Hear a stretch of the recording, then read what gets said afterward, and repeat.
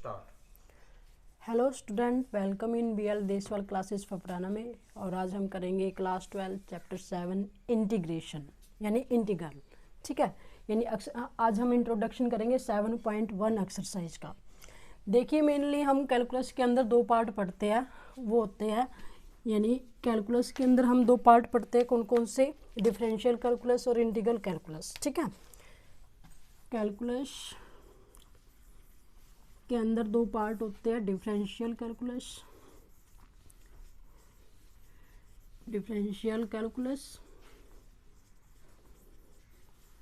और integral calculus.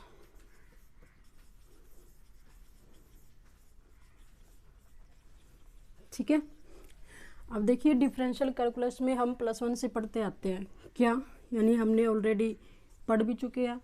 क्या क्या पढ़ चुके हैं? Limits and derivative. ठीक है, सेकंड अपन आता है क्या? Continuity and differentiability. ठीक है,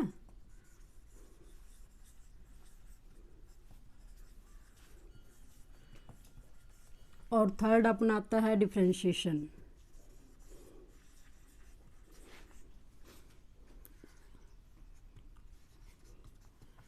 ठीक है, और ऑलमोस्टली हमने कहीं ना कहीं इनका यूज भी कर लिया। कहाँ पे?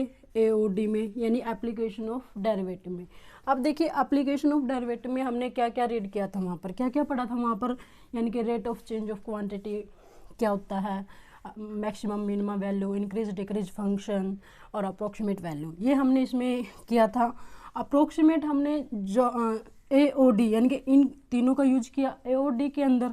अब एओडी यानी कि अपना ये जो कंसेप्ट है, ये कंसेप्ट है हमारा, ये किसके अराउंड अपना जा रहा है, यानी कि that concept revolving around only for one point, that is क्या?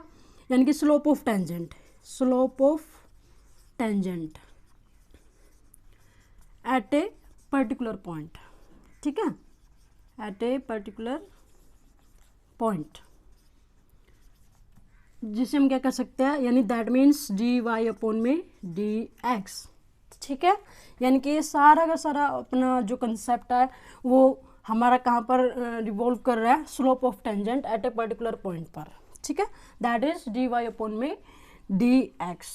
अब देखिए, ये अपना पॉइंट यानी कि कहीं पे हमने फील किया स्लोप ऑफ टेंजेंट को, कहीं पर हमने नहीं फील किया, बट कहीं ना कहीं हमारा कहाँ पर यूज हो रहा था? Slope of tangent. ठीक है, ये तो था हमारा डिफरेंशियल कैलकुलस का पार्ट, यानी कि पूरा का पूरा डिफरेंशिएशन। ठीक है, और अब आता है हमारा इंटीग्रल कैलकुलस। अब देखिए, इंटीग्रल कैलकुलस के अंदर अपना चैप्टर आता है 7, 8 और 9, यानी कि 7th chapter integral, 8th chapter application of integral,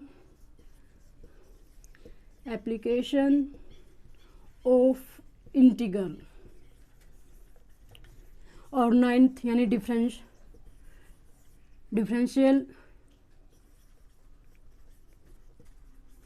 अब देखिए, जो अपना डिफरेंशियल है, आपके माइंड के अंदर एक क्वेश्चन रेज होना चाहिए कि जो अपना ये लास्ट 9 चैप्टर है, ये अपना आपका डिफरेंशियल कैलकुलस के अंदर क्यों नहीं आया? क्योंकि ऑलमोस्टली हम क्या करते हैं, इंटीग्रल और एप्लीकेशन ऑफ इंटीग्रल, इसका यूज कहाँ पे करते हैं? डिफरेंशियल के अंदर। ठीक है, तो इसलिए ये पार्ट हुआ अपना इंटीग्रल कैलकुलस का। ये तो सिर्फ एक अपना स्टार्टर पॉइंट है।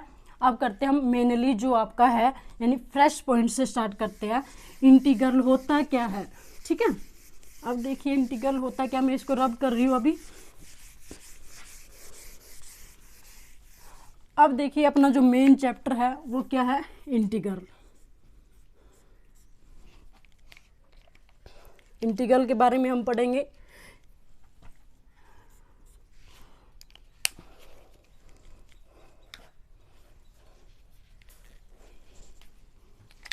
इंटीग्रल होता क्या है ये देखिए। इंटीग्रल, ठीक है, इंटीग्रल के अपने इसके भी क्या होते हैं? दो पार्ट होते हैं, इनडेफिनिट और डेफिनिट। ठीक है, यानी इसके दो पार्ट है, इनडेफिनेट और डेफिनेट। अब देखिए डेफिनेट इंटीग्रल होता क्या है। डेफिनेट इंटीग्रल क्या होता है, एक एरिया अंडर कर्व होता है अपना, यानी कि ये अपना कर्व है और इस यानी कि अपना क्या सॉरी, अब देखिए इस पॉइंट से और इस पॉइंट तक, ये यहाँ से कर्व दैट पॉइंट से दैट पॉइंट, यानी कि x is equal to a, x is equal to b, यानी कि जो अपना ये आपका एरिया आया, ये क्या होगा, एरिया अंडर कर्व, यानी कि that interval to that interval. यानी कि हम एरिया अंडर कर्व क्यों लेते हैं, एरिया अंडर कर्व यानी कि सिर्फ ये रिप्रेजेंट करेगा एरिया को, यानी कि इसमें एक डेफिनेट वैल्यू होगी, यानी फिक्स वैल्यू होगी, ठीक है, इसलिए ये क्या होगा, डिफाइनाइट इंटीग्रल होगा अपना, ठीक है। अब चलते हैं अपने इनडेफिनेट इंटीग्रल की तरफ। इनडेफिनेट इंटीग्रल में क्या होता है, ये क्या होता है, एक फैमिली ऑफ कर्व होता है। क्या होता है, a family of curve, a family of curve,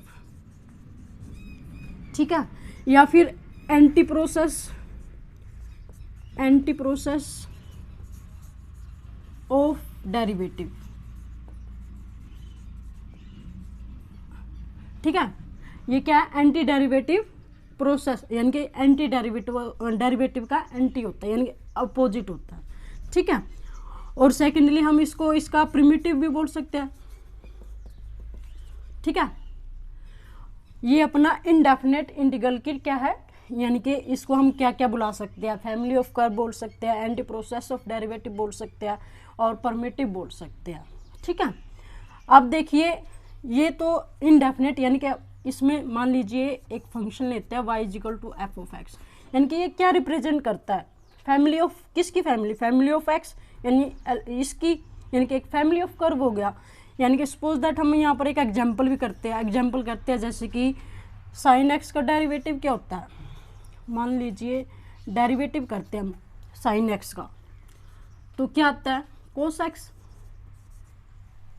ठीक है। यानी कि इसको लिखने का प्रोसेस, साइन एक्स, यानी इसका डेरिवेटिव क्या है अपना, यानी कि ये क्या डेरिवेटिव, और ये क्या है इसका, यानी एंटी डेरिवेटिव,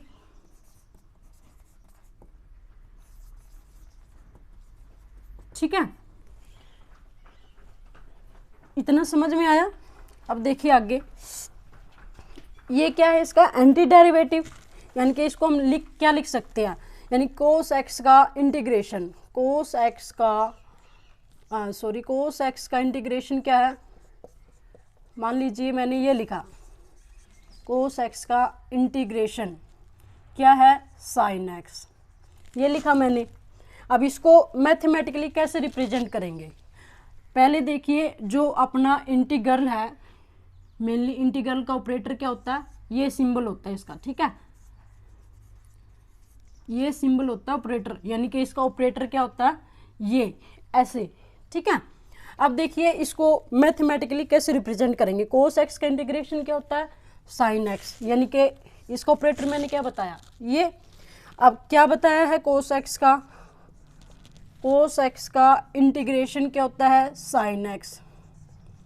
क्या ये यहाँ पर कंप्लीट हुआ अपना, नहीं हुआ ना, तो देखिए इसको कैसे आगे डिफाइन करेंगे, मैं इसको रब कर रही हूँ, नोट करना चाहते हो नोट कर सकते हो, ठीक है। चलते हैं,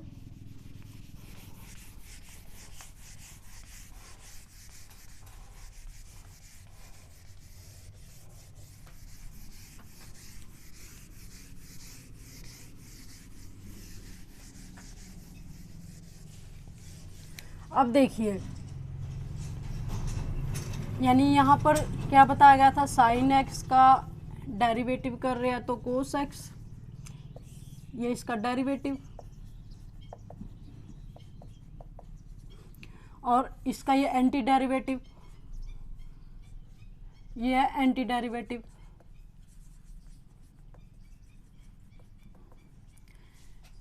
ठीक है। यानी कि हम इसको देखिए यहाँ पर डिफ्रेंशिएट कर रहे हैं साइन एक्स को, तो क्या आता है, कोस एक्स। इधर देखिए अब देखिए कोस एक्स का इंटीग्रेशन कर रहे हैं तो क्या आता है अपना साइन एक्स। ठीक है, कोस एक्स का इंटीग्रेशन क्या आता है साइन एक्स। ठीक है, अब इंटीग्रेशन ये क्या है अपने पूरा हुआ नहीं हुआ ना। अब देखिए कैसे, ये पूरा क्यों नहीं हुआ, अब पूरा इनडेफिनेट इंटीग्रल यानी कि ऑलरेडी इसमें देखिए मैं ऑलरेडी बता चुकी हूँ इंटीग्रल इनडेफिनेट और डेफिनेट, यानी कि डेफिनेट में वैल्यू फिक्स होगी, इसमें वैल्यू फिक्स नहीं होगी। ये फैमिली ऑफ कर्व होगा, ये एरियंडर कर्व होगा।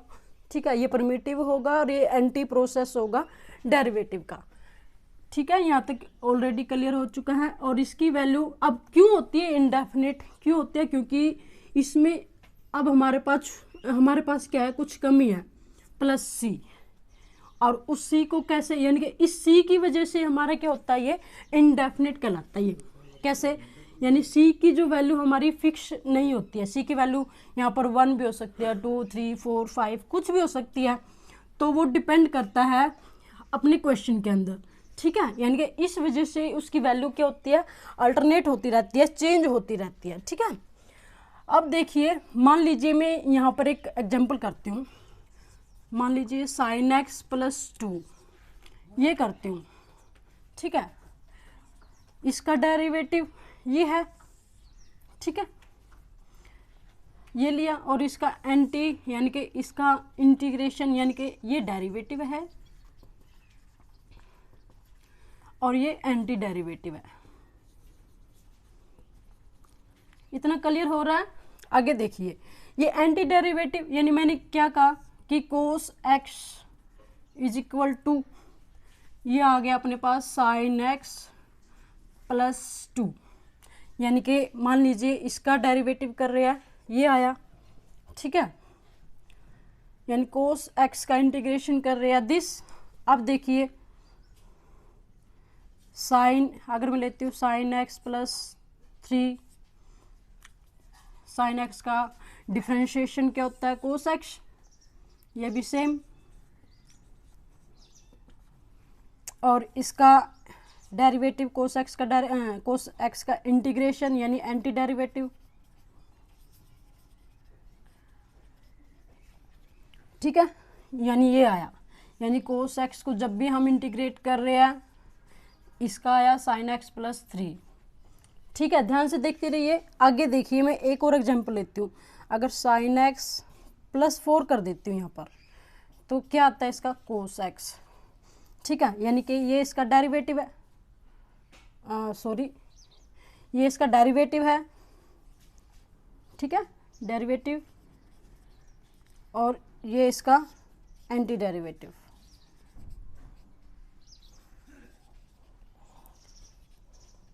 अब देखिए इसको भी अगर हम cos x is equal to इसका एंटी डेरिवेटिव क्या आया साइन एक्स प्लस 4। अब देखिए जब भी मैं कोस एक्स का इंटीग्रेशन निकाल रही हूँ तो क्या रहा अपना, कोस एक्स को मैंने इंटीग्रेट किया साइन एक्स आया, फिर इंटीग्रेट किया साइन एक्स प्लस 2 आया, यानी कि मैं डेरिवेटिव कर रही हूँ साइन एक्स प्लस 2 का कोस एक्स आ रहा, इसका डेरिवेटिव कर रही हूँ तो भी कोस एक्स, इसका डेरिवेटिव कर रही हूँ तो भी कोस एक्स, और इसका कर रही हूँ तो भी कोस एक्स, यानी कि सब में सेम आ रहा आपको। ठीक है, और इंटीग्रेट कर रही हूँ, इंटीग्रेट कोस एक्स का ही कर रही हूँ, लेकिन लास्ट में देखिए क्या आ रहा यहाँ पर 2, 3, 4, यानी कि क्या हो रहा है वैल्यू आपकी अलग अलग यहाँ पर आ रही है। तो दैट मीन्स यहाँ पर c क्या हो गया, यहाँ पर c आर्बिट्रेरी कांस्टेंट, यानी कि इसकी वैल्यू आपकी फिक्स नहीं होगी, वैल्यू आपकी ऑलवेज चेंज होती रहेगी। ठीक है, ये इक्वल नहीं होगी। ठीक है, यहाँ तक समझ में आया। तो चलते हैं नेक्स्ट स्टेप की तरफ। मैं इसको रब कर रही हूँ, नोट करना चाहते हो नोट कर सकते हो। तो आइए अब हम आपको बताएंगे कि सिंबल और मीनिंग, यानी कि आप किस ऑपरेटर को क्या बोल सकते हैं। अब देखिए यहाँ पर मैं आपको बता रही हूँ सिंबल्स और मीनिंग्स। ठीक है, अब देखिए अगर आपको कहा जाए कि f ऑफ x इंटीग्रेट करना है f of x into d x, इसको क्या बोलेंगे, यानी कि इंटीग्रेशन ऑफ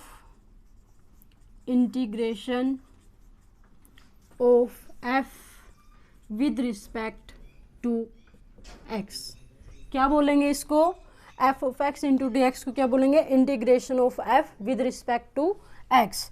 और या फिर अगर आपको दे दी f of x in f of x, ठीक है, ये बोल दिया तो इसको क्या बोलोगे, यानी कि जब फंक्शन ऑफ एक्स को F of x into d x को बोलते हैं तो इसको क्या बोलेंगे, इंटीग्रैंड, ठीक है। या फिर x in integration of f of x into d x बोल दिया जाए तो क्या बोलेंगे, वेरिएबल ऑफ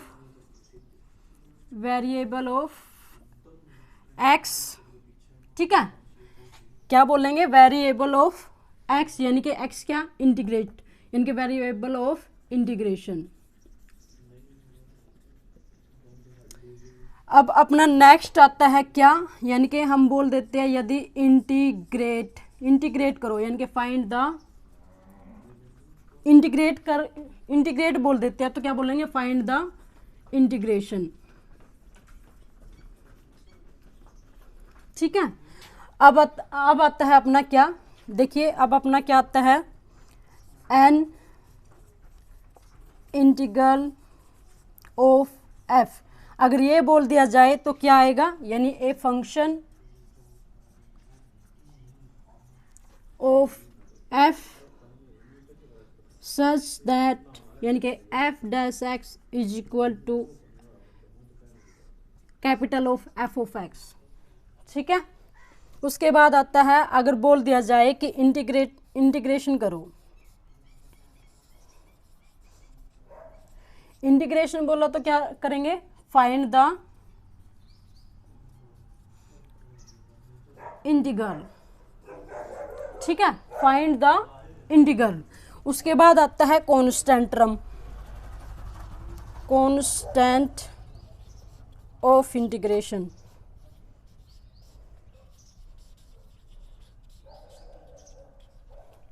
क्या आता है, एनी रियल नंबर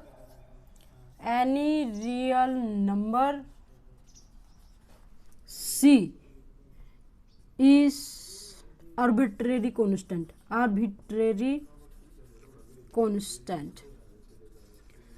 यानी कि ये कुछ सिंबल है जो आपको याद करनी है क्वेश्चन, यानी कि एक्सरसाइज स्टार्ट करने से पहले, यानी कि f of x into d x को क्या बोल सकता है, integration of f with respect to x, f of x into d x को क्या बोल सकते हैं, इंटीग्रैंड, और x in f of x into d x को क्या बोल सकते हैं, वेरिएबल ऑफ इंटीग्रेशन।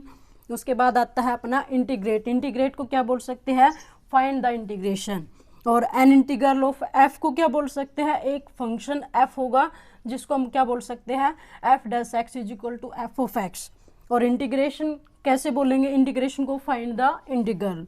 और जब कांस्टेंट ऑफ अपना ये कांस्टेंट ऑफ इंटीग्रेशन दिया तो उसको क्या बोलेंगे, आर्बिट्रेरी कांस्टेंट, जो कि एक रियल नंबर होगा, ठीक है। चलते हैं नेक्स्ट स्टेप की तरफ। 3 स्टार कैलकुलस के अंदर अपना मेन फंक्शन क्या था, ये देखिए यहाँ पर क्या था, मेन फंक्शन आइलेट, ILATE, ठीक है। ये क्या है, कैलकुलस के अंदर मेन फंक्शन होता है। आई को क्या बोल सकते हैं, इनवर्स ट्रिग्नोमेट्री फंक्शन, एल को लॉगरिथम फंक्शन, और इसको अलजेब्रिक फंक्शन, और इसको ट्रिग्नोमेट्री फंक्शन, और इसको एक्सपोनेंशियल फंक्शन, ठीक है। ये अपना मेन फंक्शन है। अब इसके रिगार्डिंग हम करेंगे फॉर्मूला, यानी कि जो हमारे यूज होंगे इस चैप्टर के अंदर। ध्यान से देखते रहिए, जब तक आपको बेसिक क्लियर नहीं होगा आप एक्सरसाइज नहीं कर पाएंगे। पहले हम करेंगे अलजेब्रिक फंक्शन को, ठीक है। अलजेब्रिक फंक्शन के अंदर आपको क्या आता है, यानी कि रियल वैल्यू, यानी कि रियल नंबर और इंटीजर। अब देखिए इसमें फॉर्मूले बनते हैं। अगर हम डेरिवेटिव करते हैं किसका, x की पावर n+1 बाई n+1 का डेरिवेटिव करते हैं तो क्या आता अपना। अब देखिए इसका डेरिवेटिव करेंगे कांस्टेंट, ठीक है, फिर इसका डेरिवेटिव करेंगे यानी कि n+1 आगे आ गया और x की पावर n कैंसिल आउट हो गया, यानी कि क्या आ गया अपना x की पावर n। यहाँ पे इसका डेरिवेटिव किया, आपको ये मिला। अब देखिए इंटीग्रेशन में, साइड में इंटीग्रेशन वाले फॉर्मूले रख दो। ये यहाँ पर क्या है, डिफरेंशियल वाले, डिफरेंशिएशन